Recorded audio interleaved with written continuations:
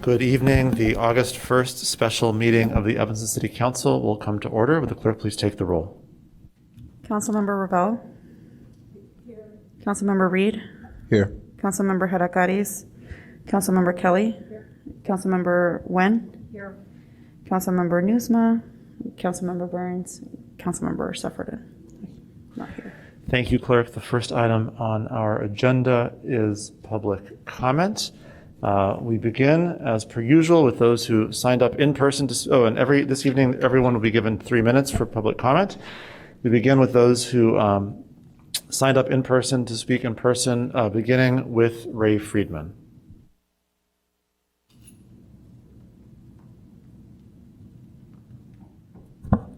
Thank you very much, City Council, Mayor Biss. What I want to talk about a little bit is City Manager.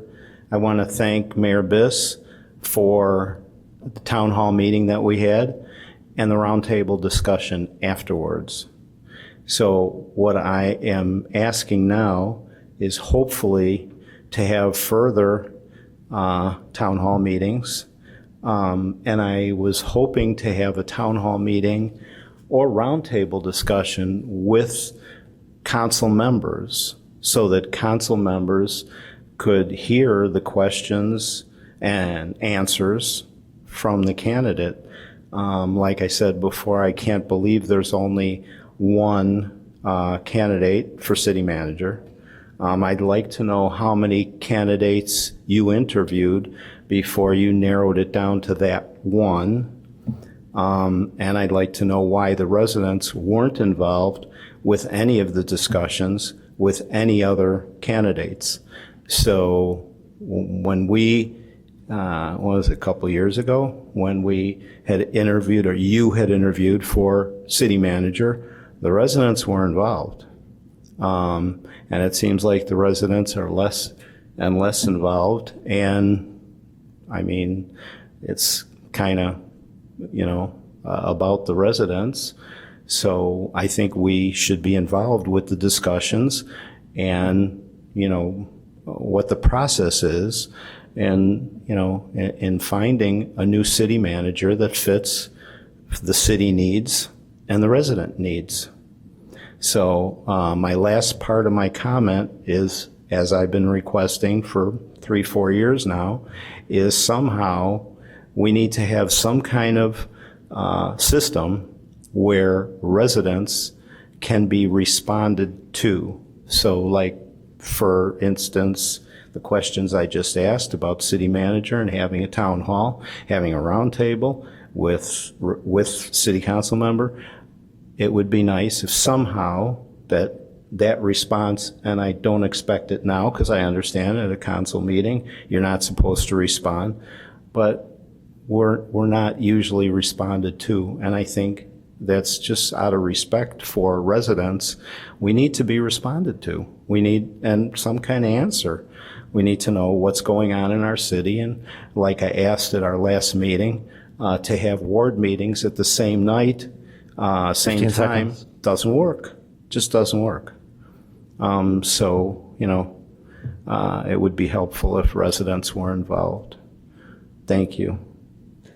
Thank you. That concludes the in-person portion of this evening's public comment. We now move to online, and I'll call on Mary Rosinski.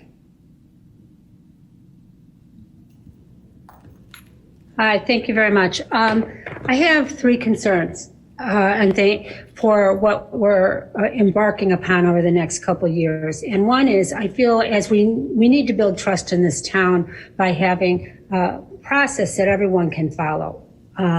And that everyone understands. And we can't say we're transparent and then not be transparent. And transparent means that our website is up to date. And I'm going to talk about the city manager, and I'm going to talk about the thing that popped up to $45 to $95 million as a potential project at last week's special meeting. So first of all, I want to say with the city manager search, since 2020, let me start again. In 2019, as I sent you all a letter, we passed the resolution to end structural racism. When we started with the ideal candidate in 2020 with HR.gov, there were the two top bullet points were about bringing in someone who had the skills to deal with social diversity and racial diversity and all that. When the second search came, they dropped it down to the seventh bullet point, but it was still in there. It says understand and how to transform commitments around racial equity. And the new firm doesn't even have it under the requirements or criteria or anything. So I am wondering where we're going in this city if we pass a fifth ward TIF for racial diversity, equity, and fairness, if we have reparations, and then we bring in someone who may be a fine woman and is probably an excellent realtor, but clearly, by her own words, has no skills around racial equity and the social diversity. They just weren't in her wheel and has done nothing in her career to expand that knowledge. And I don't think we are in a position right now in this city to be having our head person who has to create the culture within the 2100 Ridge, our government, and build the sensitivity we need on all levels.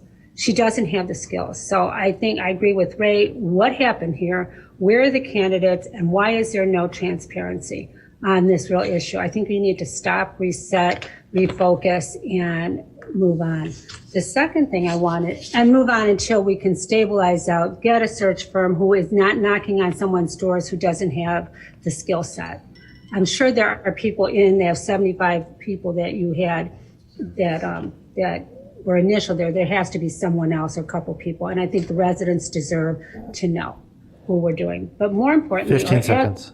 Okay. The second thing is, last week, staff presented a $45 to $95 million proposal on the facilities management. Now, I've been following the budget, the 5-year capital improvements budget, and I was shocked because I want to know where that number came from. Because in the 5-year program, it only has $600,000. So I feel we are really navigating towards a huge real estate deal to move everything out of the Fifth Ward, put it over someplace else, and then pay to have someone build us new stuff. So we need to look at this and be absolutely transparent with it. There's too much money at stake here. We need someone in charge of this city who's going to be representing everybody. Thank you very much. This concludes public comment for the evening, and it brings us to call of the wards. Councilmember Ravel. Just real briefly, I'm having a ward meeting next Tuesday, August 9th, to talk with the residents about the Poplar Avenue Improvement Project, 7 p.m.